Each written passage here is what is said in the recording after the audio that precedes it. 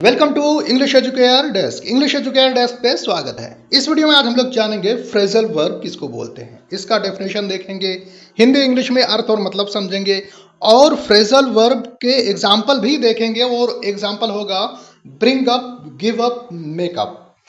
तो चलिए वीडियो को स्टार्ट करते हैं और समझते हैं। आप सबसे पहले फ्रेजल वर्ब क्या होता है उसके बारे में जानिए। देखिए फ्रेजल वर्ब, फ्रेज क्या होता है? कॉम्बिनेशन ऑफ वर्ड्स, वर्ड्स के कॉम्बिनेशन को हम फ्रेज बोलते हैं।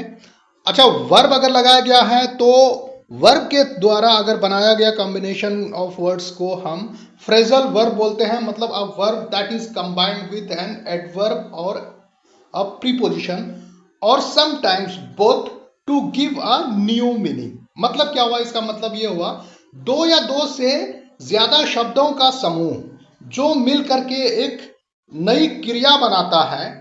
इस नई क्रिया का अर्थ और मतलब अलग होता है, शाब्दिक अर्थ नहीं होता, उसका मतलब और भाव अलग होता है। उसी को हम फ्रेजल वर्ब बोलते हैं। अब इसको एग्जाम्पल से समझते हैं। तो देखिए सबसे पहला जो एग्जाम्पल है आपका ब्रिंग अप। ब्रिंग का मतलब होता है लाना, अप का मतलब होता है ऊपर। तो ऊपर क्या लाना? तो ब्रिंग अप का मतलब ऊपर लाना नहीं होता, मतलब होता है इसका पालना पोसना, पालन पोषण करना। इसी तरह से दूसरा है गिव अप। गिव अप का मतलब क्या होगा? छोड़ना, छोड़ देना, त्यागना। गिव का मतलब ऐसे क्या होता है? देना। अप का मतलब ऊपर, तो गिव अप।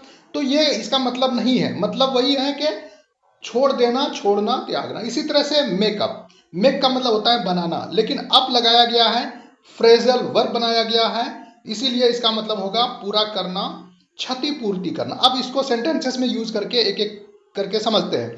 सबसे पहला जो शब्द है आपका ब्रिंग अप है, जिसे बोलेंगे he was brought up by his grand parents.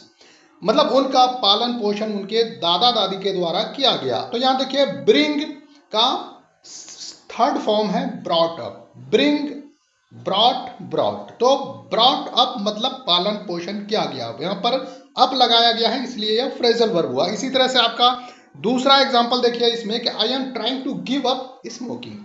मैं धूम्रपान छोड़ने की कोशिश कर रहा हूं। तो आई एम ट्राइंग, मैं कोशिश कर रहा हूं, टू गिव अप छोड़ने के लिए, स्मोकिंग धूम्रपान। तो यहां पर देखिए गिव अप का मतलब होता है छोड़ना, लेकिन गिव अप, गिव का मतलब देना होता है, लेकिन ये क्योंकि ये फ्रेज है तो इसलिए इसका मतलब होगा छोड़ना। तो I am trying to give up smoking, मैं धूम्रपान करना छोड़ने की कोशिश कर रहा हूं। अब थर्ड में फाइनली एग्जांपल जो है आपका वो है कि let us watch a movie on Netflix today, we will make up for studies tomorrow. मतलब क्या हुआ इसका?